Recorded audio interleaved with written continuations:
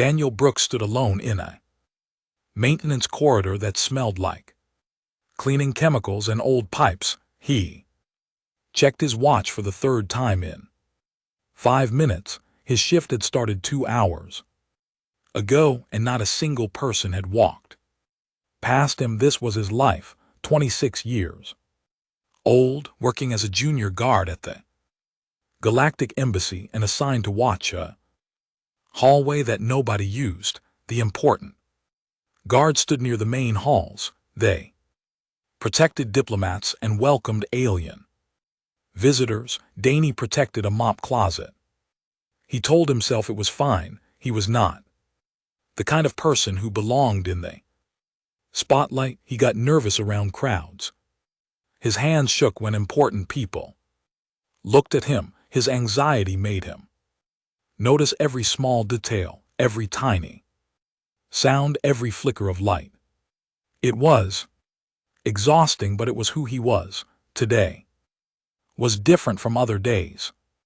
Today, the most powerful being in 12 star systems was visiting Earth. Empress Ara of the Syndicate throne had arrived that morning, and the entire embassy had gone crazy with preparations. Danny had watched her arrival on a small screen in the break room. She was tall and beautiful in a way that did not seem real. Her skin had a faint silver shine, and her eyes were deep purple, like someone had captured a sunset and put it in her face. She moved like she owned everything she saw, because she did. She also seemed to hate humans. During her welcome speech, she had smiled at the Earth ambassadors and called humanity an amusing accident of evolution. The diplomats had laughed nervously.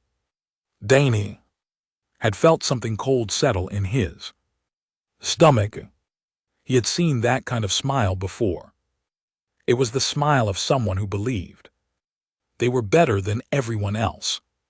Now, hours later, the welcome banquet was happening. Somewhere above him, Danny could hear faint music through the ceiling. He imagined Valara sitting at the head of a long table, surrounded by her alien guards and advisors, looking at humans like they were insects trying to serve her dinner. He sighed and leaned against the wall. His friend Elena had messaged him earlier, joking that he should try to meet the Empress.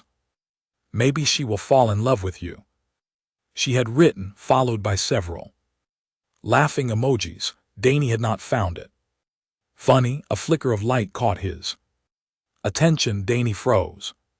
At the end of the corridor, near a service entrance that led to the upper floors, something had moved. It was small, just a shimmer. The air, like heat rising from summer pavement. Anyone else would have missed it, but Danny noticed everything. It was his curse. He stared at the spot. His heart began to beat faster. There was nothing there, just empty air and white walls. He was being paranoid. He was always being paranoid, but the shimmer happened again. Danny's training told him to call it in, report the anomaly, let someone more important handle it. But his radio felt heavy on his belt, and his throat felt tight. And what if he was wrong? What if he called for backup and there was nothing there? They already thought he was strange. They already whispered about the anxious guard who jumped at shadows. He took a step forward instead, then another. The shimmer grew stronger as he approached. D and LT Unk and GT Y's hands were shaking now. He reached for his weapon, a standard energy pistol that he had never fired outside of training. His fingers felt clumsy on the grip. The service door was slightly open. That was wrong. It should have been locked. Danny pushed it with his shoulder and stepped through. The stairwell beyond was supposed to be empty. It was not. A figure stood on the steps, wrapped in some kind of cloaking technology that made them flicker in and out of visibility. They were tall and thin with armor that Danny did not recognize. In their hand was a blade that glowed with blue energy. An assassin going up toward the banquet toward the Empress. Danny and LT Unk and GT Y's body wanted to run.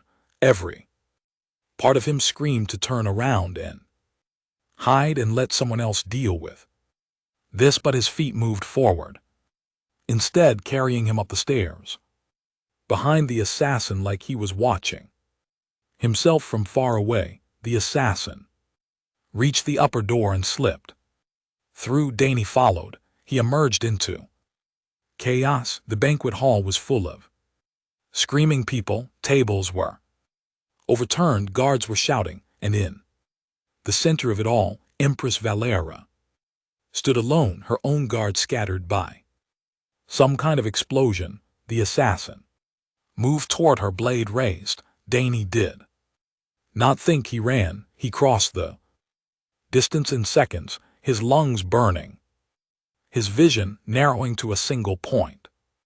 The assassin's arm came down. The blade fell toward Valera's heart. Danny threw himself between them. The energy blade cut through his shoulder like fire. Pain exploded through his body.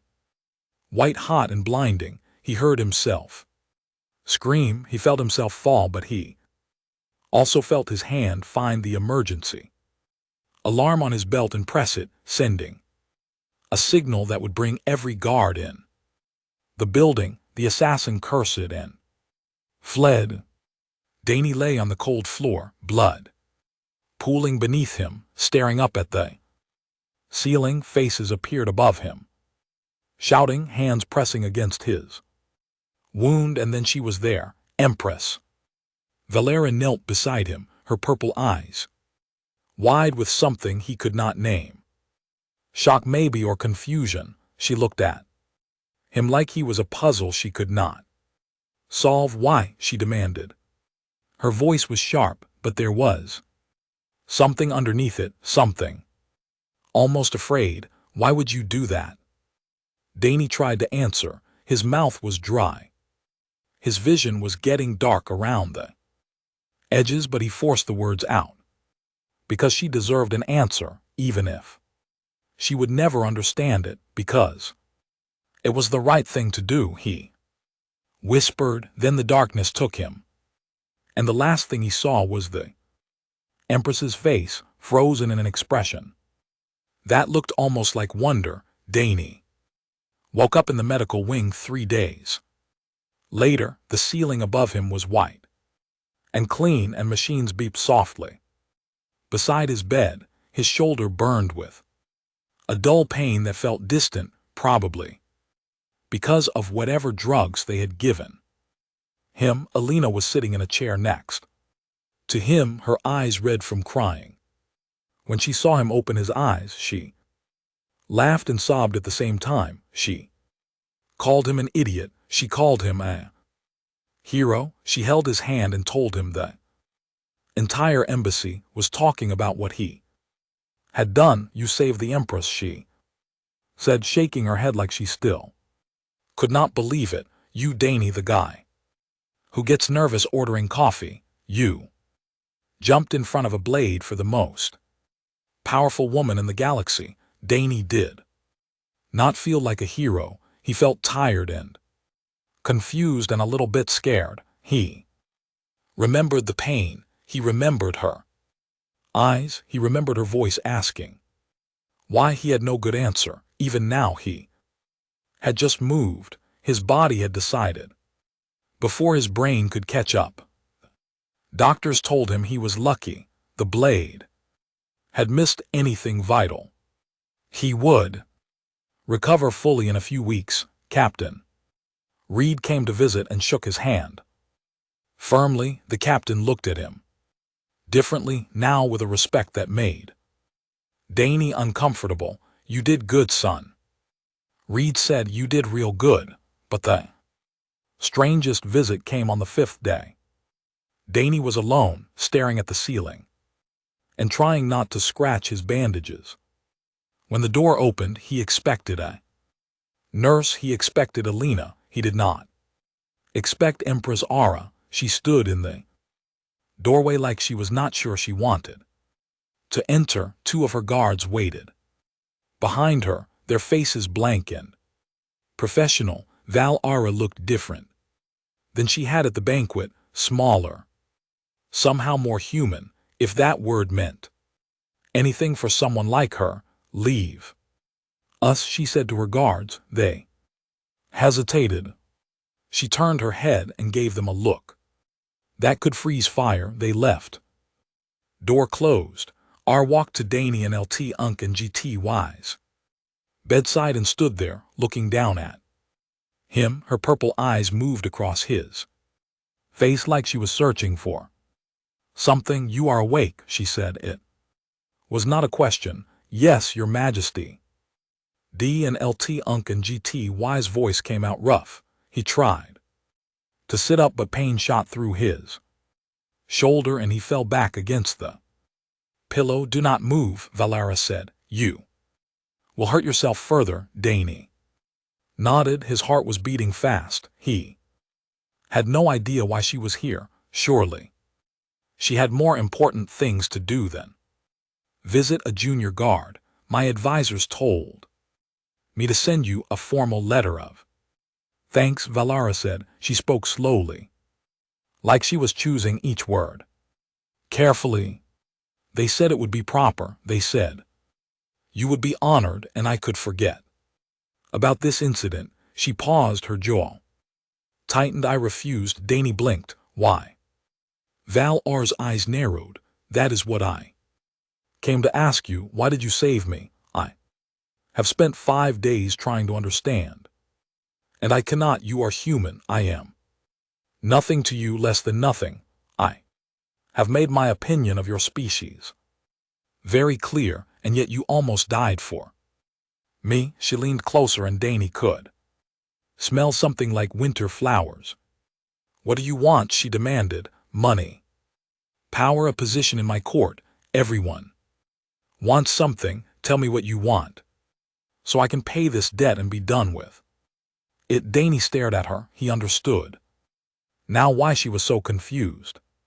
She lived in a world where everything was a transaction, where kindness was just another form of manipulation. She could not imagine someone doing something good for no reason at all. I do not want anything, he said quietly. Valara's expression flickered.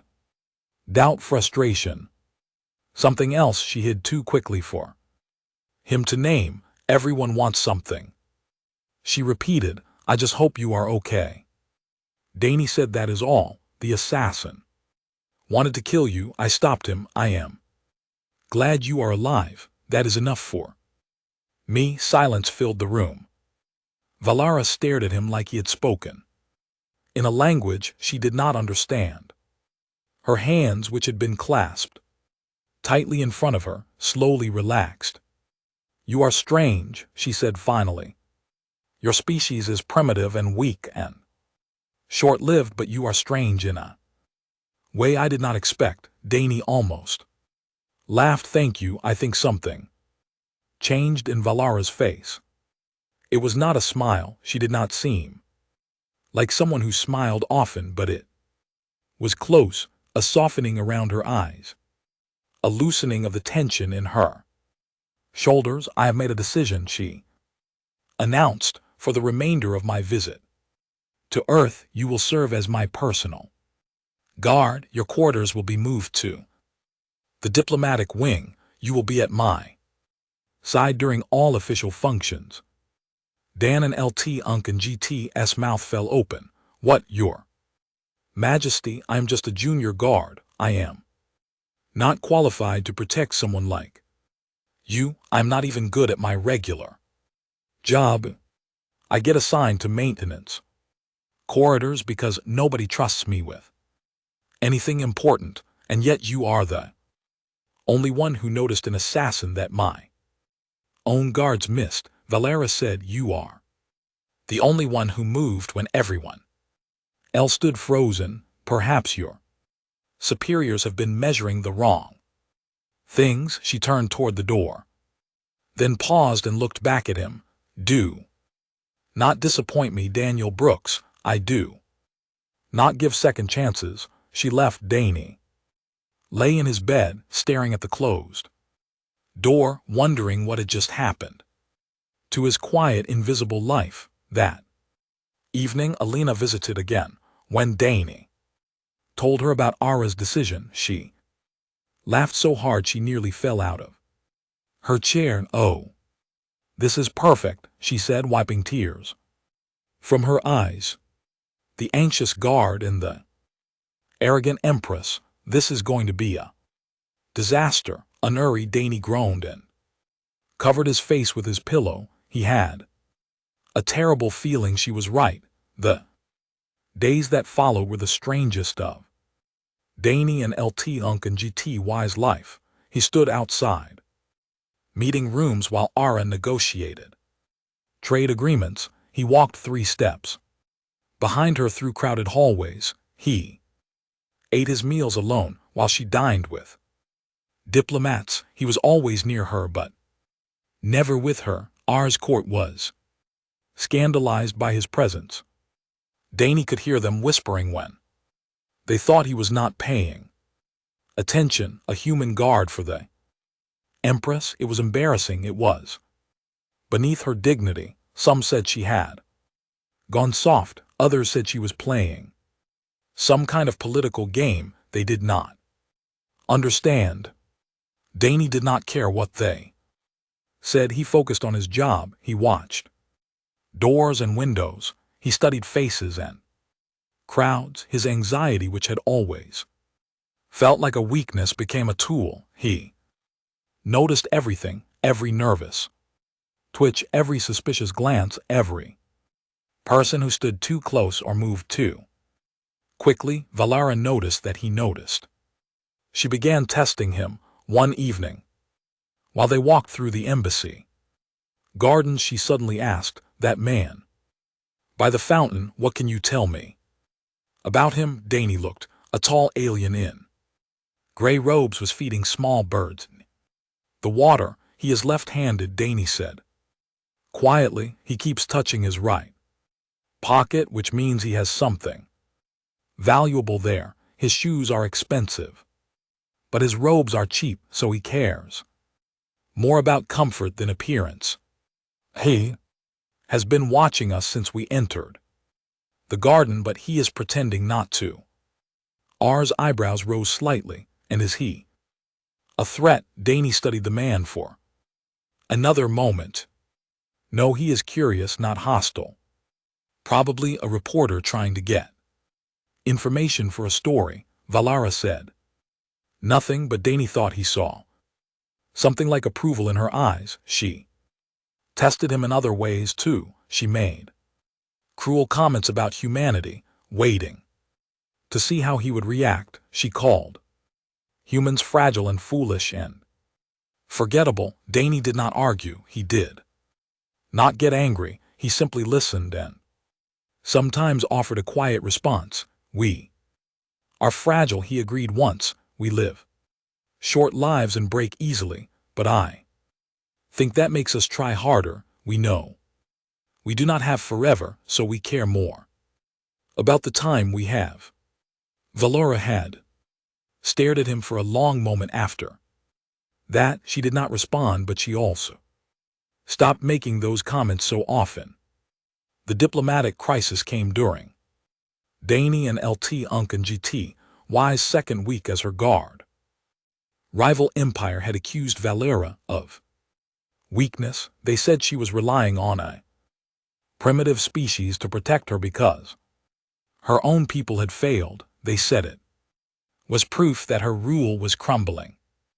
The insult spread across every news channel in the galaxy. Danny watched Ara receive the news in her private quarters. Her face did not change. Her voice did not shake. She simply gave orders and made plans, handling the crisis with cold efficiency. But Danny saw her hands. They were trembling just slightly in a way that nobody else would notice, he said. Nothing. It was not his place to comment that night after the emergency council meetings finally ended. Danny took his usual position outside her door. It was late and the hallway was empty, and he thought she had gone to sleep. Then the door opened. Valera stood there in simple clothes without her jewelry or her crown. She looked tired in a way that made her seem younger, more real. Come with me, she said. Danny followed her to a small balcony overlooking the city. Earth's lights spread out below them like a sea of stars. The night air was cool and quiet. Ara stood at the railing and said nothing for a long time. Danny waited. He had learned that she spoke when she was ready and not before. You seem sad tonight, she said finally, still looking at the city. Danny blinked, surprised. Your Majesty, you think I do not notice. But I do. You watch everyone else. I have started watching you. She turned to face him. What troubles you? Nobody had asked Danny that question in a very long time. He hesitated, unsure how to answer. I miss feeling normal, he admitted quietly. Before all of this I was invisible. It was lonely, but it was simple. Now everyone looks at me. They expect things. I do not know if I can be what they want. Valera was silent for a moment. Then she moved to sit on a small bench near the railing and gestured for him to sit beside her. Danny hesitated.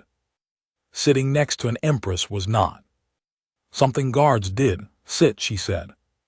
That is an order. He sat. I have ruled 12 star systems for 40 years, Valera said. Her voice was different now, softer and heavier. I have crushed rebellions and signed treaties and watched empires rise and fall. Everyone around me wants something: power, favor, protection. They smile and bow and say pretty words, and behind every word is a calculation. She paused, looking up at the stars. I cannot remember the last time someone spoke to me, honestly, the last time someone asked nothing from me, the last time I was just a person. Danny listened. He did not offer advice or comfort or empty words. He just listened, because that was what she needed. That sounds exhausting, he said finally. I am sorry. Valera looked at him. Her purple eyes caught the starlight, and for a moment she did not look like an Empress at all. She looked like someone who had been carrying a heavy weight for a very long time. You are sorry, she repeated slowly. Not afraid of me, not trying to use me, just sorry. Yes, she shook her head, but there was something almost like a smile on her lips. You really are the strangest human I have ever met. Daniel Brooks. They sat together in silence after that, watching Earth, stars, and something between them shifted into something new, something neither of them had expected, something that felt for the first time in both their lives like it might be real. Danny heard the whispers 3 days before the treaty signing ceremony. He was standing outside a council chamber, invisible as always, when 2 of ours nobles walked past without noticing him. Lord Keth's plan is ready, one said quietly. The signing ceremony will be her last public appearance, and the human the other asked, irrelevant. He is nothing. When it is over, no one will even remember his name. A vetter. From Otter, they moved on, leaving Danny frozen against the wall with his heart pounding in his chest. Lord Keth was Val Ara's cousin. Danny had seen him at several meetings, a tall alien with cold eyes and a smile that never reached them. He had always seemed too polite, too careful, like a snake waiting for the right moment to strike. Now Danny understood why he could not go to Valara directly. He had no proof, only whispered words that anyone could deny. He needed help. Alina met him in a storage room that night, her face serious as he explained what he had heard. She worked in the embassy's technology department and had access to communication systems that most people did not know existed. Keith has been building support for years, Alina said, her fingers flying across her portable computer. I can see encrypted messages between him and at least a dozen noble houses. They are planning something big. Can you prove it? Danny asked. Alina shook her head. Not yet. The encryption is too strong. I need more time. But time was something they did not have. Captain Reed joined them the next morning. He listened to Danny and LT Unk and GTY's report with a grim expression, then made some calls of his own. Keith has brought extra guards to the embassy, Reed confirmed. More than protocol allows. Something is definitely wrong. They worked through the night gathering evidence, tracking communications, trying to build a case strong enough to stop whatever was coming. But Keth was careful. His plans were hidden behind layers of lies and false trails. The day of the ceremony arrived too soon. Danny stood in the great hall watching diplomats and nobles take their seats. The treaty would bring peace to 3-star systems. It was supposed to be a day of celebration. Instead, Danny felt like he was watching a bomb countdown to 0. He spotted Keth across the room, speaking calmly with other nobles. Their eyes met for just a moment, and Keth smiled. It was a small smile full of contempt. He knew Danny suspected something. He just did not care. Valara entered the hall, and everyone stood. She walked to the signing table with her usual confidence, her purple eyes scanning the crowd.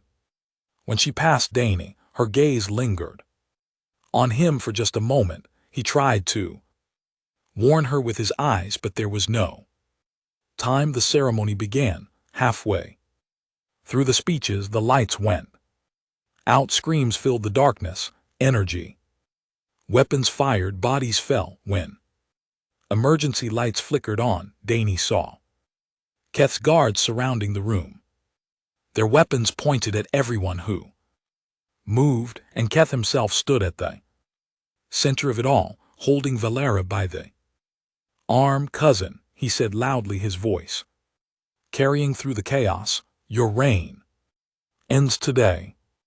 You have grown weak. You have embarrassed our people by trusting these primitive humans.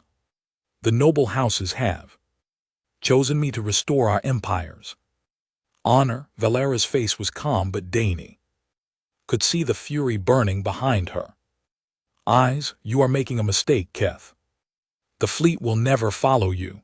The fleet will follow whoever sits on the throne, Keth replied, and soon that will be me. Danny had been pushed to the edge of the room during the attack, ignored and forgotten. Just another human, just another nobody, exactly what he had always been. But this time, being invisible was an advantage. He slipped through a side door and ran. The maintenance corridors were dark and familiar. Danny had walked these halls 1,000 times during his boring shifts. He knew every turn, every shortcut, every hidden passage. His hands shook and his breath came fast, but he kept moving. Alina's voice crackled in his earpiece. She had stayed hidden in the tech room, monitoring everything. Danny, I broke through Keth's encryption. I have proof of everything. The assassination attempt, the conspiracy, all of it, but I cannot broadcast it. Keith's people have locked down all communications. There is a backup Transmitter in the old broadcast room, Danny said, remembering something from his training. Level 3 East Wing, if I can get there, can you send the files through? Yes, but Danny, that room is close to where they are holding Valara. It is too dangerous. Danny did not slow down. Then I will have to be careful. He climbed through ventilation shafts. He crawled through spaces meant for pipes and cables. His shoulder burned where his old wound had not fully healed, but he ignored the pain. The broadcast room was guarded by 2 of Keth's soldiers. Danny was not a fighter. He had never been a fighter, but he was desperate. And desperate people sometimes found strength they did not know they had. He waited until one guard turned away, then threw a piece of metal down the hall. When the guards went to investigate, he slipped inside. Alina guided him through the ancient equipment. His fingers trembled as he connected her signal to the transmitter. For one terrible moment, nothing happened. Then every screen in the embassy lit up with evidence of Keth's treason. Danny heard shouting from the great hall. He ran toward it, not away, because Ara was still in danger. He burst through the doors to find chaos. Keith's supporters were surrendering as Valara's loyal guards, now free, took control, but Keth himself had not given up. He held a blade to R's throat, backing toward an exit. Stay back, Keth screamed. I will kill her. Danny moved without thinking. He grabbed a fallen guard's weapon and fired, not at Keth, but at the floor beneath his feet. The energy blast shattered the tiles and threw Keth off balance. His blades slipped. Valara twisted free. In seconds it was over. Keith was on the ground, surrounded by guards. His conspiracy destroyed. Valara stood in the middle of the ruined hall, breathing hard. Her eyes found Danny across the room. He was covered in dust and sweat, shaking so badly he could barely stand, still holding a weapon he did not know how to use. She walked toward him slowly. The whole room watched. You saved me, she said quietly. Again Danny tried to speak, but his voice would not work. He just nodded. Valara reached out and touched his face gently, like she was making sure he was real. Her eyes held something he had never seen before. Not gratitude, not surprise, something deeper. You are the bravest person I have ever known, she said, and I think I have been a fool not to see it sooner. The days after Keth's arrest moved quickly. His supporters were rounded up across 12 star systems. The noble houses that had joined his conspiracy fell over themselves to apologize and beg for mercy. Some received it, most did not. Valara's rule was stronger than ever. The failed coup had shown the galaxy that she could survive anything, that challenging her was foolish, that her enemies would always lose. But Danny noticed something different about her. Now she smiled more often. The cold mask she wore in public sometimes slipped, showing something warmer underneath. The treaty was signed 3 days late in a rebuilt hall with extra security. Danny stood at his usual position, watching the crowd. But this time people looked back at him. They knew his name now. They knew his face, the human guard who had saved an Empress not once but twice. Danny did not like the attention. He still got nervous when strangers stared. He still wanted to disappear into the walls and be invisible again. But some part of him had changed too. He stood a little straighter. He met people's eyes instead of looking away. He had done something that mattered, and nobody could take That from him, Alina found him after the ceremony, grinning widely. So she said, bumping his shoulder, "How does it feel to be famous?" "Terrible," Danny admitted. "I keep waiting for everyone to realize I am just a normal person who got lucky." Alina laughed. "Lucky, Danny? You crawled through air vents and fought armed guards and broadcast evidence across an entire planet. That is not luck, that is courage." Danny shook his head, but he was smiling. That evening, Ara summoned him to her private quarters. It was the first time they had been alone since the coup. She stood by a window, looking out at the stars. And when she turned to face him, her expression was unreadable. "My ship leaves tomorrow," she said. "The treaty is signed. My work here is finished." Danny felt something heavy settle in his chest. He had known this moment was coming. He had tried not to think about it. "I understand, Your Majesty," he said quietly. "It has been an honor to serve you." Valaris studied him for a long moment. "Is that all you have to say?" Danny did not know how to answer. What could he say? That he would miss her, that these past weeks had been the most meaningful of his life, that somewhere along the way he had started to care about her as more than an empress. "I'm not sure what you want me to say," he admitted. Valara moved closer. She was shorter than him, he realized, without her elaborate robes and towering presence. She was just a person standing in front of another person. "I want you to be honest," she said. "For once, Daniel, do not be polite, do not be careful. Tell me what you actually want." DNLT Unc and GTY's heart was racing. His hands were shaking. This was exactly the kind of moment his anxiety hated most, where the wrong words could ruin everything, and the right words seemed impossible to find. But Valera had asked for honesty, and she deserved at least that much. "I do not want you to leave," he said. "These weeks have been scary and confusing and completely impossible, but they have also been wonderful. You are the first person who ever saw me as something more than a background character, and he stopped, took a breath, forced himself to continue. "I care about you more than I should, more than makes any sense." Valor and LT Unc and GT's eyes softened. She reached out and took his hand. "I have ruled an empire for 40 years, she said quietly.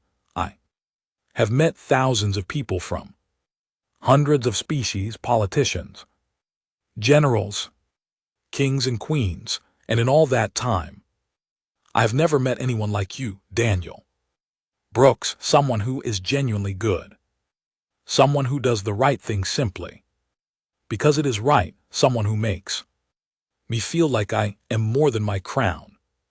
She squeezed his hand. "I am not asking you to be my guard anymore. I am asking you to come with me. Not as an employee, not as a servant, as something else. Something I do not have a name for yet. Something new." Danny stared at her. "You want me to leave Earth, leave my home, my friends? I want you to choose." Valera said, "I will not command you. This has to be your decision." Danny thought about his life before all of this, the empty corridors, the boring shifts, the constant feeling of being invisible. Unnecessary, forgettable, he thought. About Alina, who would miss him terribly, but would also never forgive him if he passed up this chance. He thought about the stars outside the window and the galaxies he had never seen, and he thought about Ara, the Empress who had learned humility, the ruler who had discovered that power meant nothing without connection, the woman who was looking at him right now with hope and fear in her purple eyes. "Yes," he said. 1 week later, Danny stood on the bridge of R's flagship, watching Earth grow smaller in the viewport. Alina had cried when he said goodbye, then laughed and told him she expected messages every single day. Captain Reed had shaken his hand and said he was proud. Now the stars surrounded him, endless and beautiful, and the woman beside him was holding his hand like she never intended to let go. "Are you afraid?" Valara asked quietly. Terrified, Dany admitted. She smiled. A real smile, warm and bright. "Good. I find your terror oddly reassuring." He laughed, a real laugh, surprised and genuine. Valara's smile grew wider and she leaned against his shoulder. The ship's engines hummed. The stars stretched and blurred, and then they jumped to light speed, leaving Earth behind, carrying an Empress who had learned what it meant to be seen, and a human who had learned what it meant to be brave. Across the galaxy, the news spread quickly. The arrogant Empress had changed. She had established a permanent human seat on her advisory council. She had praised humanity's courage and wisdom in front of every noble house. She had done things that months ago would have been unthinkable, and beside her always was a quiet human man who had once been nobody, a man who had proven that strength was not about power or weapons or titles. It was about kindness, about courage, about doing the right thing. Even when you were scared, the noble houses whispered among themselves. The other empires took notice, and everyone who had ever dismissed humanity as primitive, as insignificant, as an amusing accident of evolution, began to wonder what else they had gotten wrong, because if one anxious, invisible human could capture the heart of the most powerful Empress in 12-star systems, then perhaps humans were not so insignificant after all. Perhaps they never had